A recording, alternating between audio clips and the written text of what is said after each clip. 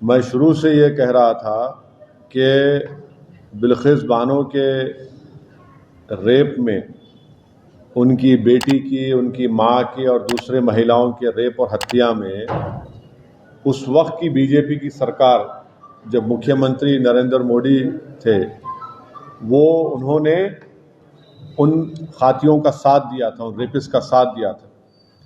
बिल्किस बानो का रेप हुआ, उनकी मासूम बच्ची का कत्ल हुआ और बिल्किस बानो ने ये लड़ाई खुद से लड़ी इंसाफ के लिए, अपने इंसाफ के लिए। तो जो उस वक्त जो बीजेपी नरेंद्र मोदी मुख्यमंत्री थे, उस जो माहौल था गुजरात में, बड़ा ही ख़राब माहौल था।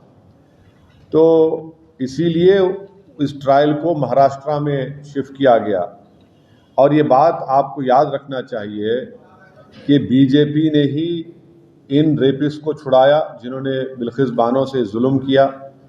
बीजेपी के लोगों ने उनके गलों में गुलाब का हार डाला और इससे बीजेपी की महिलाओं के लिए जो लड़ाई है, जो इंसाफ की बात करती है, वो बीजेपी एक्सपोज हो जाती है।